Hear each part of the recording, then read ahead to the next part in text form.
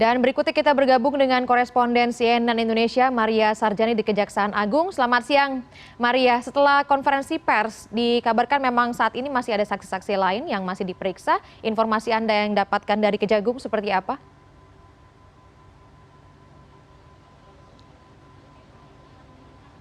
Baik, selamat siang Daniar. Betul sekali bahwa masih ada sekitar 6 saksi seperti yang disebutkan oleh Kapus Penkum dari Kejaksaan Agung Ketut Sumedana tadi baru saja ketika menyampaikan perihal penahanan terhadap Menkominfo Johnny G. Plate yang baru saja dilakukan oleh pihak Kejaksaan Agung, dan kami juga masih menunggu di sini bagaimanakah nanti hasil dari pemeriksaan terhadap 6 saksi lain yang berada di dalam ruang pemeriksaan Kejaksaan Agung.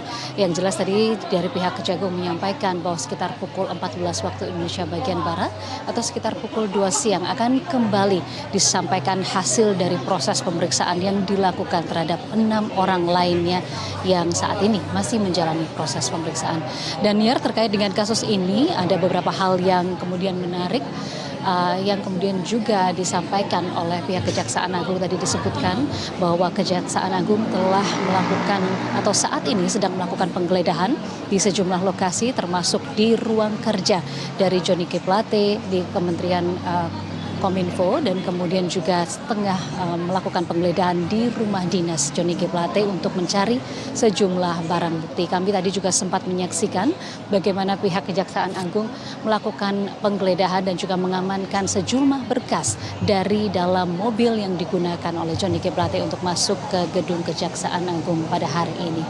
Selain itu, kasus ini, Daniar, sebetulnya adalah kasus yang cukup penting dikarenakan pembangunan dari BTS untuk 3T atau desa terdepan, terluar dan tertinggal ini menjadi sebuah proyek bagi pemerintah, khususnya ini dicanangkan oleh Presiden Joko Widodo yang harusnya selesai pada tahun 2024, di mana pembangunan BTS atau Badan Aksesibilitas Telekomunikasi atau disingkat dengan Bakti Kominfo ini menelan anggaran 11 triliun rupiah.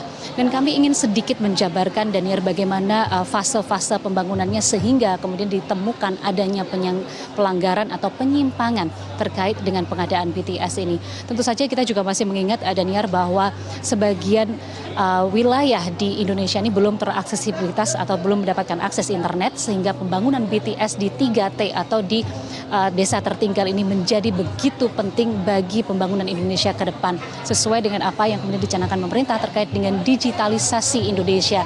Dan kemudian ada beberapa fase yang memang dilakukan dalam proses pembangunan atau pengadaan proyek tersebut, di mana pembangunan ini akan dilakukan bertahap, seharusnya dilakukan sejak 2020 sebanyak 1.209 desa, kemudian 2021 sebanyak 4.200 desa, kemudian di tahun 2022 seharusnya ada 3.704 desa yang kemudian harus mendapatkan pembangunan BTS untuk menciptakan koneksi internet dan juga aksesibilitas terhadap digitalisasi.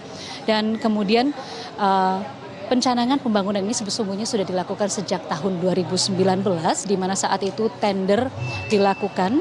Memang tender untuk 3T ini tidak bisa dilakukan tender komersial, sehingga pada tahun 2020 diadakan penandatanganan kontrak bakti pengadaan proyek dengan penandatanganan per Dirut BLU 7 tahun 2020, dan tender BTS 4G atau 4G 2021 sampai dengan 2024 ini dibagi menjadi beberapa paket. Di antaranya adalah paket 1 dan 2 yang kemudian tendernya dimenangkan oleh Fiber Home, Telkom Infra, dan juga MTD, serta paket ketiga dimenangkan oleh Konsorsium Lintas Arta Huawei dan juga SEE. Kemudian paket 4 dan 5 dimenangkan oleh Konsorsium IBS dan juga ZTE. Di mana tahun 2021 ini senilai 5, sedangkan kontrak fase 3,8 triliun rupiah maksud kami. Sehingga total anggarannya sekitar 11 triliun. Maaf 2, Kejaksaan Agung melakukan kait BTS ini, kami juga sudah menyebutkan di awal bahwa ada sang sebelumnya, dan Kemudian penyelidikan sendiri ini sudah dilakukan sejak Agustus 2022 di mana Kejaksaan Agung menemukan penyimpangan yaitu pada proses penggarapan fase 1 dan 2, penyimpangan yang seharusnya berdiri 7.904 tower BTS 4G untuk daerah 3T dilakukan dalam 2 fase yaitu 4.200 desa dan juga 3.704 desa, tetapi sampai dengan April 2022 proyek ini belum selesai dan baru mencapai 86% saja, sehingga kemudian pihak Kejaksaan Agung menyelidiki lebih lanjut dan sudah melakukan penggeledahan di sejumlah tempat selain dari penggeledahan yang sudah dilakukan hari ini. Di antaranya penggeledahan yang sudah dilakukan oleh Kejaksaan Agung sebelum kemudian melakukan penahanan terhadap Menteri Kominfo Johnny G. Plate hari ini adalah penggeledahan yang dilakukan di sekitar akhir tahun 2022 dan dilanjutkan pada awal 2023 yaitu di PT Fiber Home, PT Aplik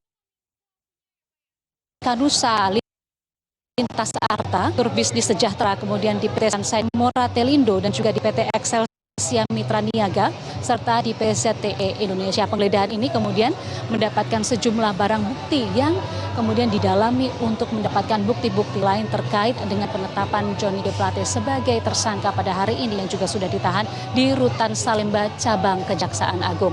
Daniar, kami masih menunggu bagaimana nanti proses selanjutnya karena seperti yang tadi sudah saya sampaikan juga ada 6 orang lain yang sedang diperiksa hari ini. Yang jelas kasus ini diduga merugikan negara sampai dengan 8 triliun rupiah dan tentu saja juga merugikan masyarakat di mana proses digitalisasi ini memang merupakan wacana atau rencana pemerintah yang harus dilaksanakan terkait dengan pembangunan desa atau tempat-tempat tertinggal dan juga batas-batas negara. Daniar, kembali kepada Anda.